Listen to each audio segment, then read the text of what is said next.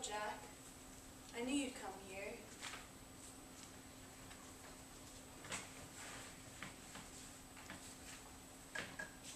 Pain and delusion. That's what Mother taught us. Pain's just a natural part of life, she'd say. Something you take and bottle up inside you. You fill it and bottle it and stopper it till at last it seeps into your bloodstream. And all you can ask for is more pain. Till at last you pass the threshold and the pleasure just pours in like a fountain from above. And then it stops. That's when you know you need more. Because you've never felt so good in your entire life. Pain is your pleasure. Pleasure is your pain. We kept our hands in the bottle, Jack. We kept them tight. Remember when I'd sneak up behind you and grab your legs, Jack? Other kids would have kicked and screamed, but you were different. Father made you different. Father taught us power and control, to bend others to our will. He taught us to taunt the weak and obey the strong. You'd lift me up, leave me there at the top. I would get so scared because I didn't know how to get down. You made me cry, Jack. You made me so scared, but that never stopped me from doing it. I would make you so mad. You'd get red and start swearing.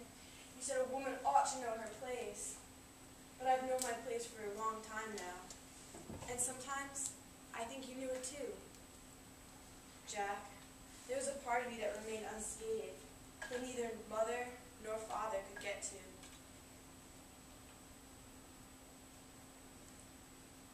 I loved you for it. And when you could no longer stand me crying up here, you'd come, and you'd lead me back down. That's how I knew. That's how I knew part of you was still safe. You never stopped carrying me down. How did it happen? I don't even remember the day you learned to love pain. How bad did your arm hurt? I wonder. That to need to draw that much pain and pleasure day after day. Surely it stopped hurting. Your arm, I mean. You never stopped hurting. You never stopped filling yourself with that wretched stuff. I'd catch you on weekends, vesting it into your veins. I don't know where you got it all. I don't want to. It almost killed you, Jack. The real you.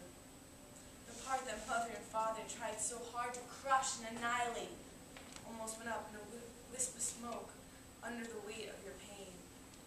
But even when we were too old for playgrounds, you and I could always come here and talk when you were sober. Then the bullets came. I wasn't there. Nobody was, except for you and the men with the pain in their pockets. What were you fighting for? No, I don't want to know. It only hurts to know how mother and father finally crushed you, the love of my life, the one guy I understood and who understood me, and that last little piece of you that I fought so hard to keep pure and unharmed. You died, just over there. 7 bullets to the chest and 1 to my heart.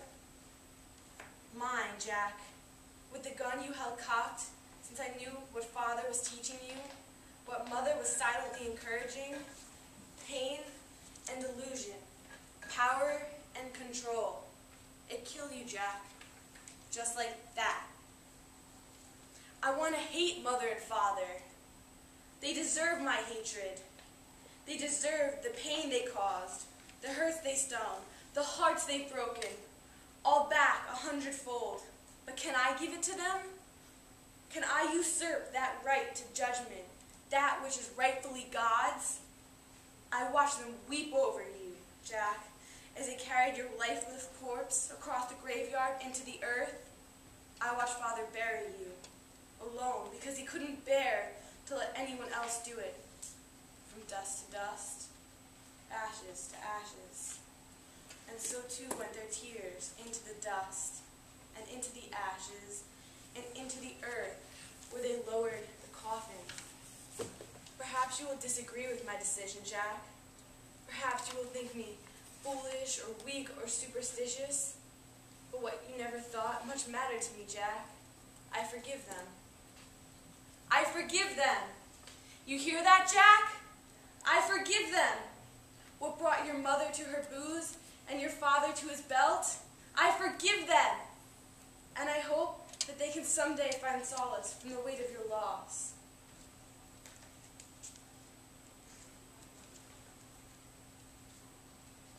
Do you remember when we would see who could jump the farthest?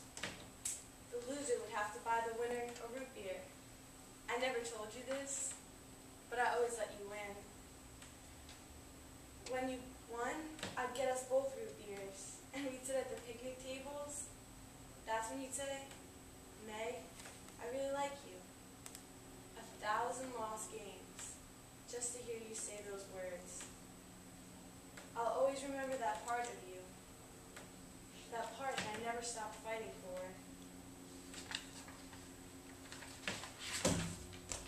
Goodbye. It was nice meeting you, Jack.